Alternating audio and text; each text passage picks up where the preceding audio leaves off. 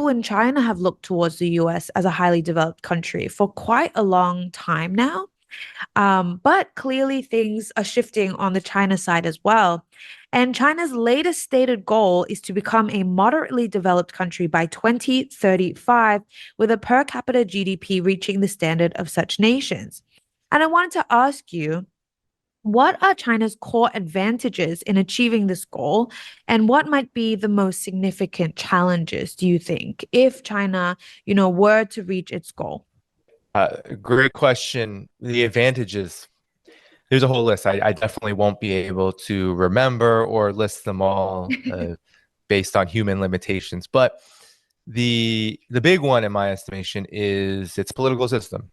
China's political system, despite receiving all of this hate from the US and the collective West for many, many, many decades, not just in this recent period, but all of this hate tries to paint China as some kind of quote unquote authoritarian regime with absolutely no capacity to involve the people and to give the opportunity to express their desires, their wishes, and their interests to the government, for the government then to act on them. And the very opposite actually is true. Not only does China's government have a massively high public trust level in the 80 to some experts in the West, mind you, from the Harvard Kennedy School and elsewhere, it's like 95%, 97% public trust in the government. And that's because China's political system has incredible advantages.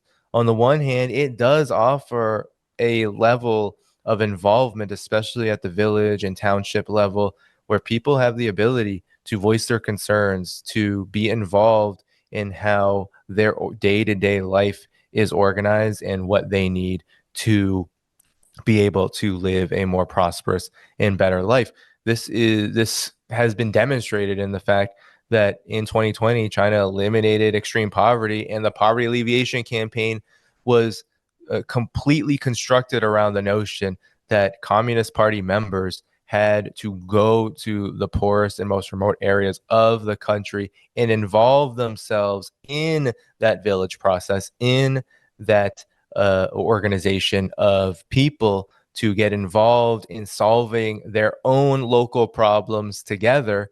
And this has led to an absolute miracle where now there is no extreme poverty in China. And now China can focus on, as you said, this goal by 2035 to become a moderately prosperous economy. This is an incredible achievement that will happen, one, because of its political system, and two, because of the path that it took. People in the West have a hard time understanding how important it was for China to pursue opening up and reform when it did. Not only was the so-called world socialist bloc having a hugely difficult time in navigating a very hostile political economy and world system led by the U.S. hegemon, but it was also not guaranteed that a system like socialism that China adopted in 1949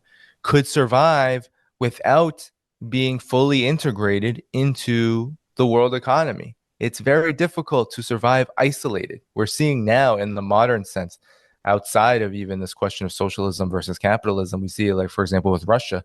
If Russia didn't have the friends that it did, it wouldn't have been able to survive sanctions. But it does have friends. It does a lot of friends. And China, through opening up and reform, was essentially able to make the entire world economy its biggest friend because of the way that it determined and navigated how it was going to develop and open up and use its own advantages of having a massive labor force and having this huge motivation. Every single person essentially in China, we're talking about 1 billion to now 1.4 billion people all wanting to live better. That can lead to some incredible things, and the world reaped incredible benefits from it, including the West. The West was able to reap the incredible productive capacity of China at a very cheap cost. And then China was able to through its socialist system, through its political advantages, by not allowing itself to become indebted and not giving up its sovereignty, it was able to obtain the knowledge, the information, the technical know-how to then apply the lessons of the modernized world economy toward its own national interests. And that has led to this economic miracle that is currently underway in China. So there is no doubt these are just some of the advantages that China has. The CPC is really the biggest one. It's over 100 million people who are dedicated to the betterment of China. And by having the ability to both, one, involve the people, like what happens through the political system from the village level all the way to the NPC, all the way up to the two sessions, all the way up to the biggest bodies and events that occur in China that determine policy, to the fact that the CPC also has the ability to consult with the people at the level of top down. This is the uniqueness of China. In the United States, there's a fetish with, people get to vote for who they want. In the collective West, they get to vote for one of the candidates that's running. And because they voted and because they supposedly expressed their will through that vote, that means it's a democracy. But what happens after that vote is cast, what happens after that politician is elected, is that politician then works for the people that have paid for their careers and that have made their life comfortable, and who they essentially resigned all of their loyalty and their interests to, which ends up being rich people. It ends up being oligarchs. It ends up being corporations and banks and the military industrial complex. That is not a democracy. That is essentially a dictatorship with electoral features or electoral characteristics. So a corporate dictatorship with electoral characteristics, I should be clearer on that. So when it comes to China's system, the ability for the party and for the government to not only say, okay, well, people at the village level and onward can participate in the government, can express their will, and then for the government to say, okay, what do we do about that? We're going to do something about it. We are organized to not just talk and get votes and sit in our positions, but then who are we loyal to? Well, now the government has to do things, and sometimes doing things means, you don't talk about it. You don't, you don't necessarily have a massive dialogue about it. It just gets done. And this is part of China's system that is underestimated, that is demonized, but there needs to be a level of direction. There needs to be a level of leadership taken at the top to be able to act on what people, in society, what ordinary people who are not political figures, who are not in the National People's Congress or at the provincial level, delegates or whatever, people who are just living day to day, working, etc., raising families. If things don't get done for them, then the entire project that China is pursuing falls apart. And the reason it doesn't fall apart is because the government has many mechanisms to just get it done, to build 40,000 kilometers since 2008 of high-speed rail, to become the leading producer in renewable energy in a very short time, when just a decade ago, 15 years ago, the cities in China were considered some of the most polluted and difficult to even breathe in. That has changed in such a rapid amount of time. The poverty situation, we can go on and on and on. The advantage of having a government that can work incredibly fast to get things done that people want is why there's this high level of public trust, and it's why China will continue to achieve its goals. In terms of challenges, I think world war, nuclear war, that to me is the biggest challenge, because for China, I don't think there is a really... The United States at this point, we've seen it in Ukraine. We see it even with Iran. We see it when the U.S. is forced to, or compels itself to, confront a so-called peer competitor or larger adversary, the foes, the bigger players on the world stage of the multipolar world that it really wants to see toppled. That's kind of like the end game for the U.S. It runs into a lot of problems. And the biggest problem is that unlike 20, 30 years ago, when the U.S. could, say, use a pretext like terrorism and say, we're going to go around the world and just bomb Iraq, bomb Afghanistan into the Stone Age. That's not happening with Russia. They have air defense systems. They have a modern military. They have weapons that the U.S. doesn't have at all, hypersonic missiles and the like. China has a very advanced military, and both of these countries with their very advanced militaries are all advanced in a way and organized in a way to defend themselves. So there's no invading China. The U.S. can't do that. The U.S. can't fly its planes over China and say, yeah, we're going to bomb China into the Stone Age. With the military option completely out in that way, the U.S. has to rely on proxy wars, on sanctions, on other means for now. And those means aren't going to succeed. Taiwan won't become another Ukraine. And if it did, Ukraine is a defeat. And Taiwan, any kind of war over Taiwan or war, with Taiwan being the proxy, or even bringing in other players like the Philippines, anyone else, it's going to end very quickly. The economic situation is going to spiral out of control. China, within minutes to hours, can surround Taiwan and can mobilize its military in a way that will absolutely decimate the entirety of the way the economy works, especially for the United States.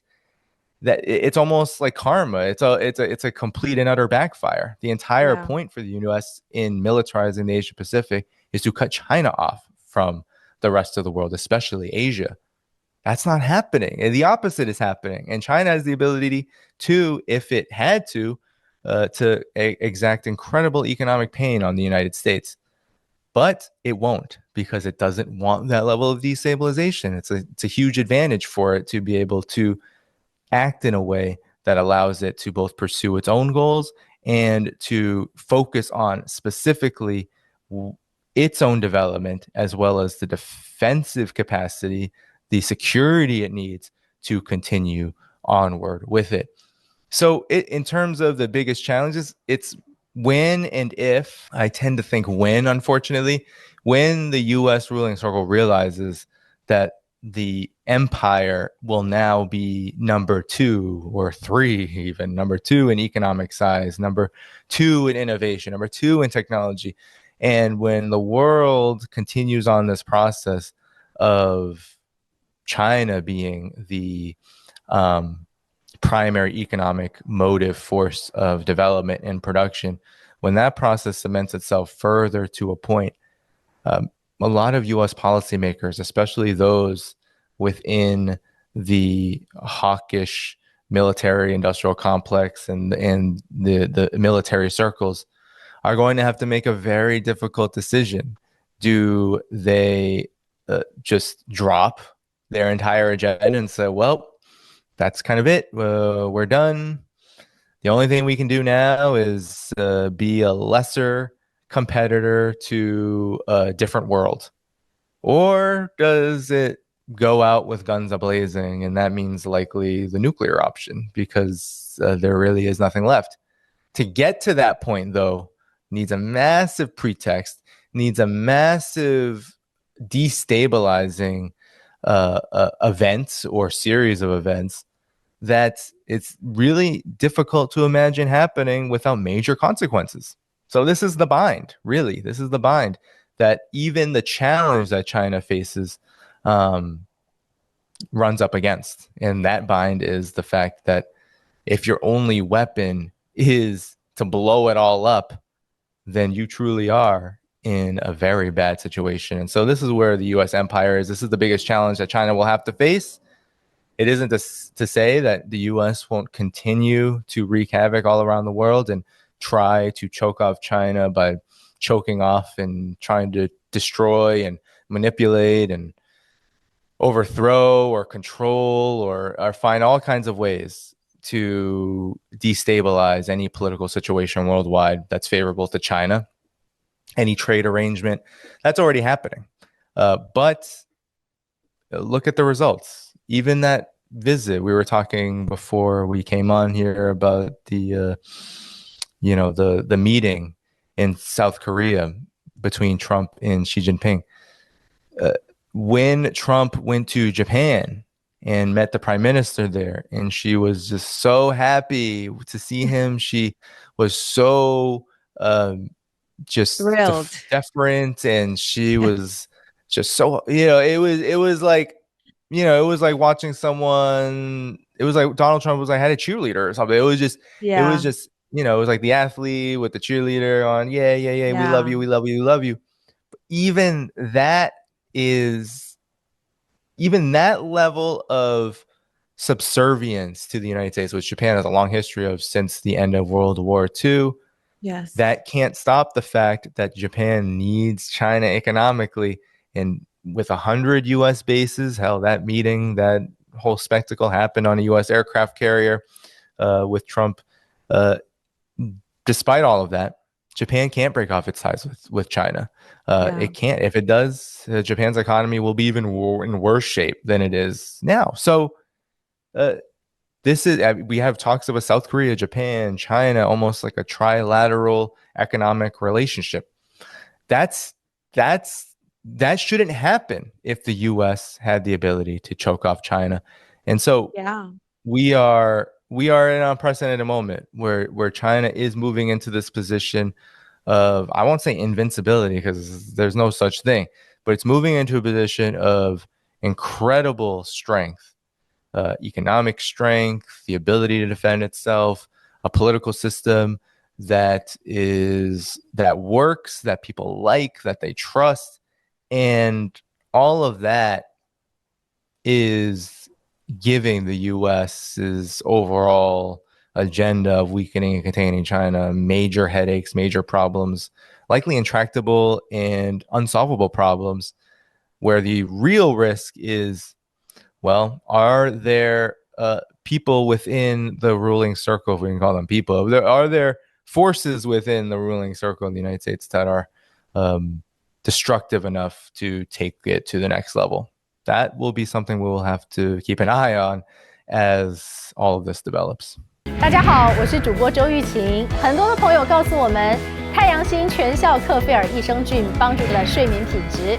现在呢，进一步推出晚安加强版，添加了首创最适合台湾人体质的天然 GABA、色氨酸、茶氨酸、香蜂草4大天然草本助眠配方。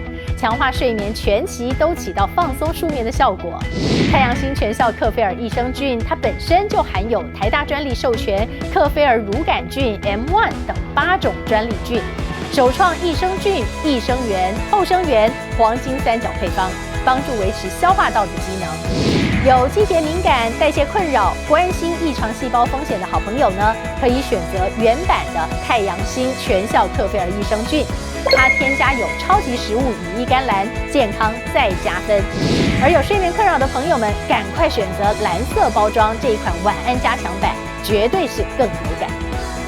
选择太阳星全效克菲尔益生菌，做好日常保养，实现睡眠自由，身体轻松无负担。每日克菲尔，时刻美好 ，Good Feel Good， 请上快点购为健康下单，而且要记得输入推荐代码，有额外的折扣优惠。